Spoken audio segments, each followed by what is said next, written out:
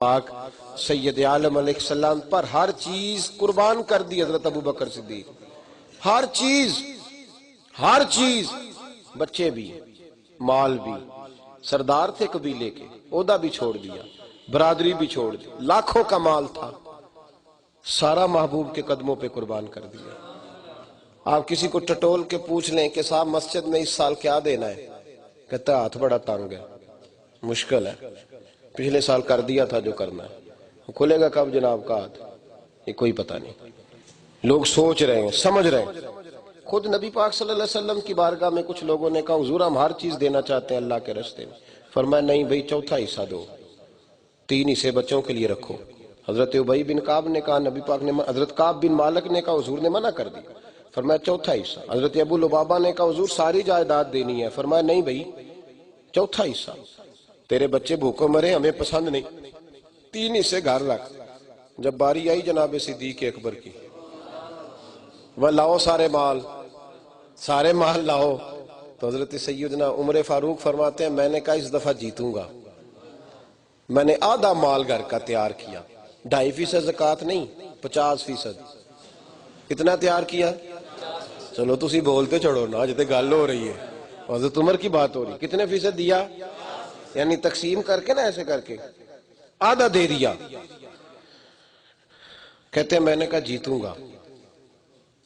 لیکن جب میں پہلے پہنچ گیا آدھا مال دیا تو حضرت عمر فرماتے ہیں میں تھوڑا سا نا اپنی طبیعت میں اچھل کود محسوس کر رہا تھا کہ نہیں میرے جتنا بھی کو لا سکتا ہے.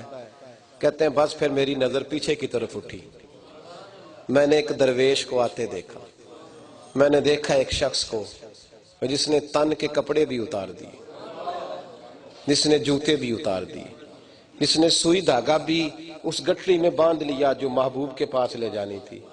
حضرت امام جلال الدین سیوطی نے لکھا ہے کہ ٹاٹ کا لباس پہنا حضرت ابو بکر نے، اور کانٹے لے کے نا درختوں کے ان کے بٹن بنائے، وہ لگائے، اور فرماتے ہیں کہ جناب صدیق اکبر رضی اللہ تعالیٰ عنہ سر پہ رکھ کے جب سارا کچھ لائے تو یہ ترمذی ہے. سیاستہ کا شور کرنے والے اس حدیث کو بھی کبھی کبھی غور سے پڑھے. محبوب نے فرمایا ابو بکر گھر کیا چھوڑ کے آئے ہو؟ ابو بکر گھر کیوں پوچھا نبی پاک نے جب حضور دیکھ رہے ہیں کہ سارا کچھ لائے؟ یہ عقیدہ صحیح کرنے کو پوچھا. کیا چھوڑ کے آئے ہو؟ جناب صدیق اکبر بولے لفظ ہے ترمذی کے، ما ابقیت لہم اللہ ورسول. اے محبوب گھر میں ایک اللہ چھوڑ آیا ہوں، ایک اللہ کا رسول چھوڑ آیا ہوں، گھر میں چھوڑ آیا ہوں اللہ رسول.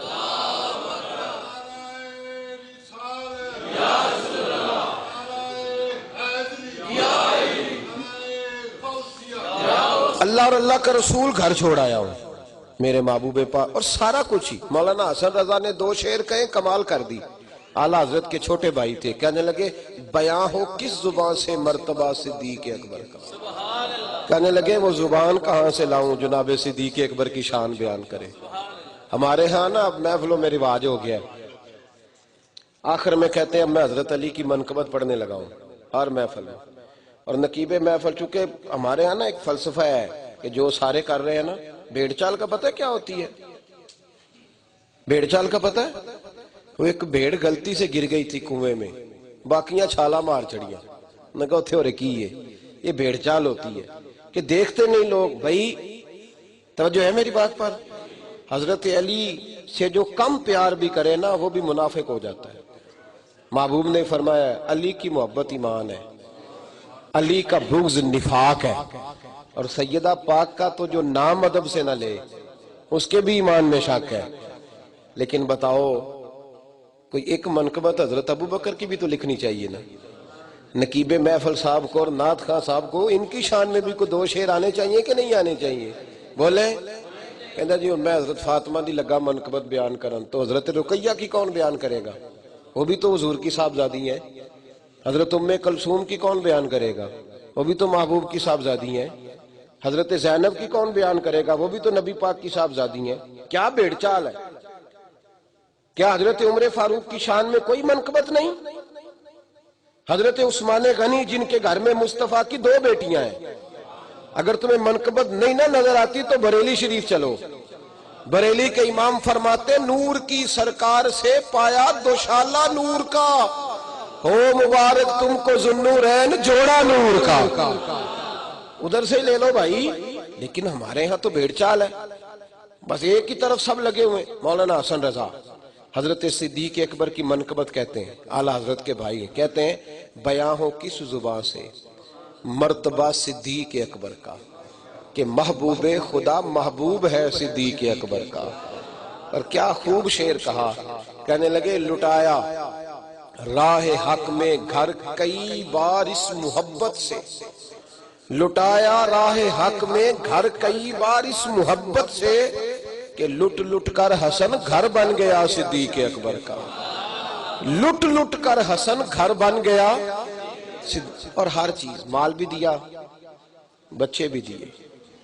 آج لوگ یہ تو شور کرتے ہیں کہ حضرت عائشہ کی عمر 14 سال تھی یا 9 سال تھی جب حضور سے نکاح ہوا تھا۔ او بھائی، کہتے ہیں جی کم عمر بچی عورت سے شادی کی، تم اسلام کی حکمت کو سمجھتے ہی نہیں۔ اگر حضرت عائشہ صدیقہ گھر کے اندر کی حدیثیں روایت نہ کریں تو عورتوں کے مخصوص مسائل امت تک پہنچ ہی نہیں سکتے۔ حضور کے پاس جتنی ازواج مطہرات تھی ساری بڑی عمر کی تھی۔ ایک ایسی نوجوان خاتون کی ضرورت تھی جو مصطفیٰ سے دین سیکھیں اور مصطفیٰ کریم کی امت کی عورتوں تک دین پہنچائیں۔ حضرت عائشہ صدیقہ کو 9 سال محبوب نے رکھ کے پہلے پڑھایا، سکھایا، اس لیے کہ محبوب کو پتا تھا کہ فاطمہ تو میرے 6 مہینے کے بعد چلی جائے گی۔ حضرت عائشہ صدیقہ حضور کے بعد 40 سال تک دنیا میں موجود رہی۔ کتنے سال؟ اور جتنے ضرورت کے مسائل ہیں عورتوں کے، سارے حضرت عائشہ نے امت کو سکھائے۔ اگر دین کا وہ والا جز نکال دیا جائے تو پریشانی ہو جائے۔ لیکن 18 سال عمر تھی ان کی جب وہ بیوہ ہو گئی تھی۔ بظاہر ظاہری طور پر جو احکامات، 18 سال حضرت ابوبکر صدیق بھی جانتے تھے کہ میری شہزادی حضور علیہ السلام کے بعد، لیکن انہوں نے اپنی وہ بیٹی دین کو دے دی۔ اور آپ سوچ نہیں سکتے جتنے دکھ حضرت عائشہ صدیقہ نے برداشت کیے۔ منافقین نے الزامات لگائے، اور آج تک جو منافق ہیں وہ الزام لگا رہے ہیں، لیکن حضرت ابوبکر صدیق نے اپنی ذات کی بھی قربانی دی، اپنی شہزادی بھی دین کے لیے پیش کی۔ حضرت اسماء بنت ابی بکر صدیق، میں ان پر تفصیل سے جمعے میں بات کروں گا، آنے والے جمعے میں۔ ایسے میرے دل میں خیال آیا کہ حضرت صدیق اکبر کی بڑی بات ہے تو حضرت اسماء کی بھی بڑی بات ہے، بڑی صاحبزادی حضرت اسماء بنت ابی بکر صدیق، انہوں نے بھی کھل کے قربانیاں دی دین کے لیے۔ حضرت صدیق اکبر کے نواسے بھی شہید ہوئے امام حسین کے رستے میں، اسی راہ کے مسافر بنے۔ حضرت صدیق اکبر کی ساری اولاد، سارا خاندان، سارا قبیلہ، ہر شے انہوں نے میرے محبوب کے نام پہ قربان کر دی۔ اور پھر سب سے بڑی بات یہ تھی، کچھ قربانی دیتے ہیں اور پھر فرنٹ سیٹ پہ بیٹھ جاتے ہیں، کہتے ہیں چونکہ میں نے ڈیوٹی کی ہے لہذا اب میری یہ سیٹ ہے، کہنا کونا میں نے کوئی نہیں ماننا، میں تو لاڈلا ہوتا ہوں نا۔ حضرت صدیق اکبر اس طرح کے نہیں تھے۔ وہ اگر محبوب کے اوپر جان قربان کرتے تھے تو ان کی سیرت میں بھی نبی پاک کا عکس نظر آتا تھا، ان کے اخلاق اور کردار میں بھی۔ حضور بیٹھے ہیں، صحابہ کا مجمع ہے، توجہ ہے میری بات پر؟ نبی پاک صلی اللہ علیہ وسلم، اچھا دیکھو پھر مزے کی بات، یہاں بھی ڈیوٹی پوری کرتے ہیں، مسجد نبوی شریف میں بھی حضور کی نوکری بھی کرتے ہیں، سارے کام حضور نے بیٹھے بیٹھے بات چھیڑ دی۔ پر میں یار بتاؤ تو صحیح، آج تم میں سے کسی نے کوئی جنازہ پڑھا ہے؟ تو صحابہ خاموش ہو گئے، خاموش ہو گئے، کوئی نہیں بول رہا۔ تو حضور نے فرمایا میں پوچھ رہا ہوں، بولو۔ جناب صدیق اکبر کہنے لگے یا رسول اللہ آپ نہ پوچھتے تو میں نہ بتاتا، میں نے ویسے جنازہ آج پڑھا ہے۔ تو حضور خاموش ہوئے، تھوڑی دیر کے بعد فرمایا چلو آج تم میں سے کسی نے کسی مسکین کو کھانا کھلایا ہے؟ عرض کی حضور آپ نہ پوچھتے تو نہ بتاتا، ویسے میں نے یہ ڈیوٹی کی ہے۔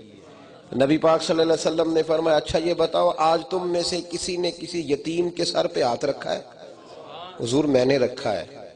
میرے محبوب بول پڑے، فرمایا چلو بولو آج کوئی ایسا جو روزے سے ہو؟ تو حضرت صدیق اکبر پھر بولے، عرض کی محبوب اس غلام کے حصے میں نوکری آئی ہے۔ صحابہ کہتے ہیں ہماری توجہ ہی ابو بکر پہ جم گئی۔ جب سوال ہوتا تو ہم مصطفیٰ کا چہرہ دیکھتے، اور جواب کی باری آتی تو پھر کسی اور طرف توجہ جاتی نہیں تھی، ابو بکر کا چہرہ دیکھتے۔